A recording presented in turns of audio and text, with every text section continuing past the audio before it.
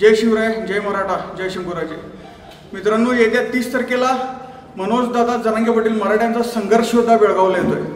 राजकारण, राजकीय पक्ष आणि राजकीय नेत्यांमध्ये गुंतून पडलेल्या मराठा समाजाला दिशा दाखवण्यासाठी मनोजदादा बेळगावात त्या ठिकाणी स्वतः येत आहेत। आजपर्यंत जे घडलं नाही ते बेळगावात या पद्धतीनं लाखोचा मराठा समाज, एक मराठा लाख मराठाच्या मोर्चाला ज्या पद्धतीने एकत्रित आलेला, त्याच पद्धतीने आपल्याला एकत्रित येऊन ही सभा यशस्वी करायची आहे। हे सगळं होत असताना एक दुर्दैवी घटना त्या ठिकाणी घडलेली आहे।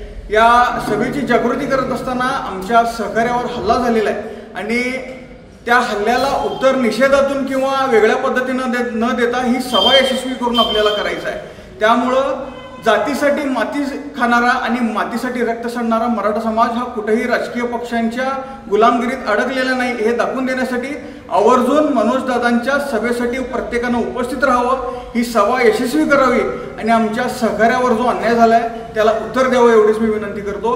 आजपर्यंत या हुतात्म्यांना अभिवादन करण्यासाठी अनेक त्या ठिकाणी राजकीय पक्षांनी नेत्यांनी बेळगावला उपस्थिती लावलेली, पण एक तळागाळातला कार्यकर्ता ज्यानं पूर्ण महाराष्ट्रातल्या मराठी आणि मराठा समाजाच्या मनावर राज्य केलेलं आहे, तो या हुतात्म्यांना अभिवादन करण्यासाठी या चळवळीसाठी रक्त सांडलेल्या बेळगावच्या भूमीत अवतरतोय आणि त्यांचा योग्य तो सन्मान राखणं, त्यांची सभा यशस्वी करणं तुमचं आमचं प्रत्येकाचं कर्तव्य आहे। मी सगळ्यांना आव्हान करतो, मनोजदादांच्या सभेला आवर्जून उपस्थित राहूया आणि परत एकदा मराठा समाज एकत्रित आहे, एकजूट आहे आणि कुठल्याही राजकीय पक्षात गुंतलेला नाही, त्यांची गुलामी स्वीकारलेला नाही हे सिद्ध करूया। धन्यवाद। जय शिवराय, जय शंभूराजे।